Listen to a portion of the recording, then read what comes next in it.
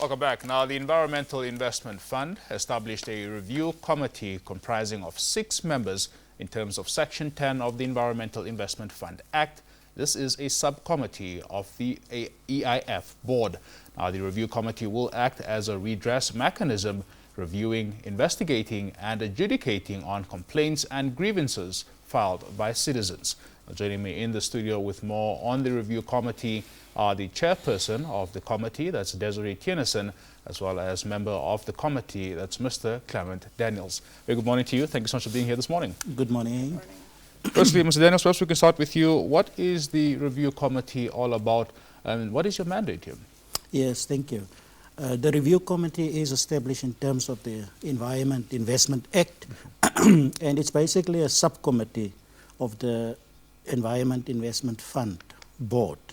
So the review committee would look at any decision that was made by staff members or structures within the Environment Investment Fund. Yeah. So if there's any complaint by the public or an interested party, then the review committee will basically investigate and inquire into that aspect and then make a ruling on it. Fantastic. So that's basically a kind of check and balance for the investment fund. For the investment fund.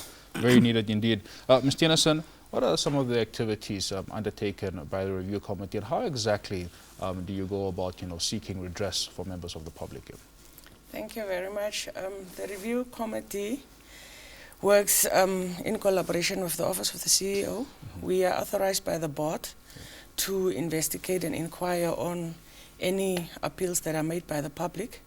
But first of all, if there are any grievances or members of the public have questions or complaints regarding any process or misconduct by any member of the staff member of the EIF or procurement processes, then they can submit their complaints to the Office of the CEO. In the event that they are not satisfied with the response or the processes by the Office of the CEO, then they can approach the review committee.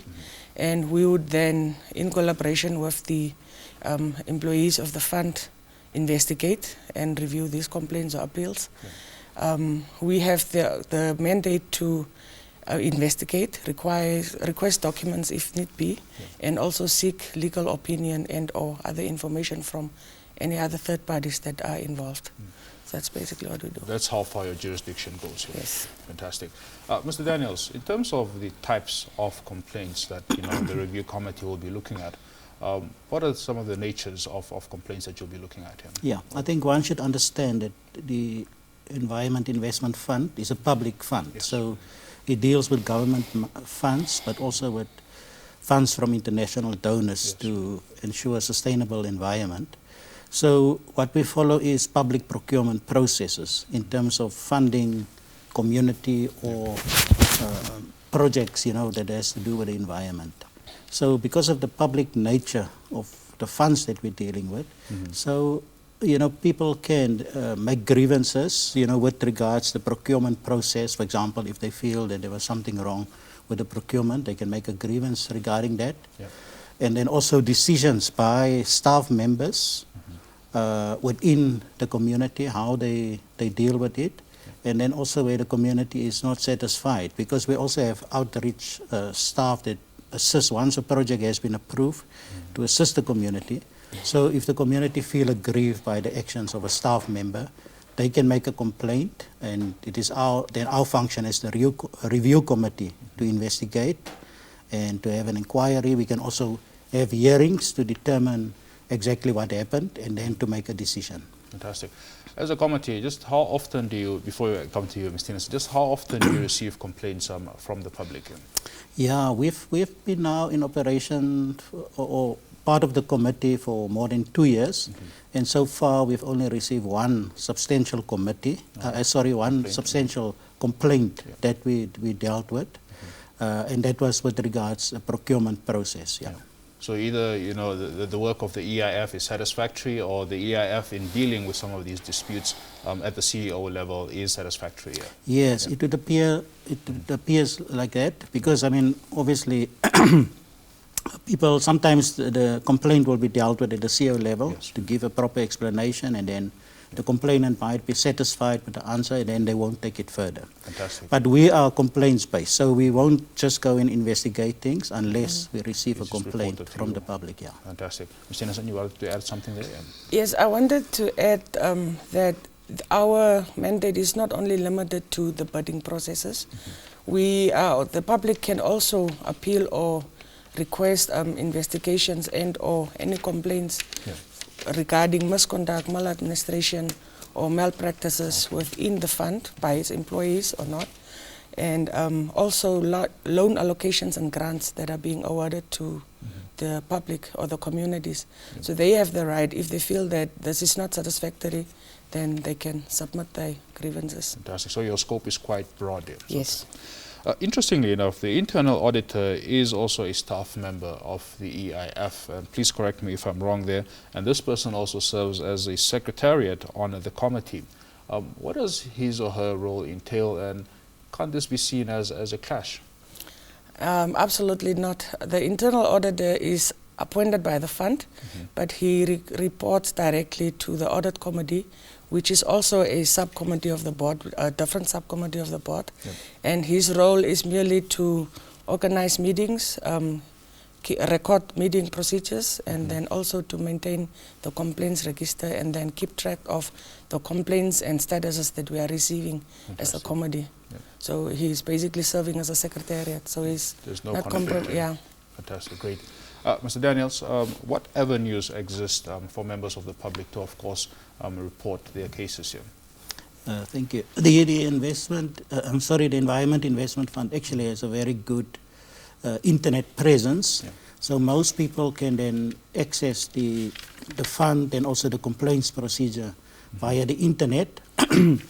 They can also email directly to the CEO, and there's also telephone numbers that they can contact for complaints. So basically, I think the main part is that we do it electronically, especially now in the time of COVID, that we do it electronically. And that is the means by which, obviously, every complaint is registered, and then it is tracked, the process is tracked until it's finalized. Great stuff. A biggest hamper when it comes to issues of complaints is, am I safe as an individual who reports, some wrongdoing? What protection do you provide, for those who may have been victims of some sort of wrongdoing? Yes, we do. We have a whistleblower program where people can also anonymously make complaints that will be investigated. And if people prefer to remain anonymous, we will respect that. But the complaint will be investigated. So there is protection for people that blow the whistle, to put it that way. Fantastic. Thank you so much for that. Policy. Mr. Theunissen, when we look at the independence of the committee on a normal day-to-day operations at the EIF, how would you describe that independence? And furthermore, as we round up this interview, we are embarking on a mass education exercise, yes? Yes. Yeah, please just elaborate on those 2 points for us here. The committee members are independent from the fund. All members are from different institutions. So we are not employed by the fund at all, except for the internal auditor, of course, who's the secretariat. So we are not in any way involved in the day-to-day operations and processes of the fund. And the reason for this mass campaign that we have embarked on is because, as it was alluded earlier, we have only one complaint in 2 years. It could be that the fund is transparent and complaints are handled on the CEO level and solved, but it could also be that the public out there is not aware of the processes that are there. So it is our aim to create awareness and also to inform the public that there are processes involved and that we are there.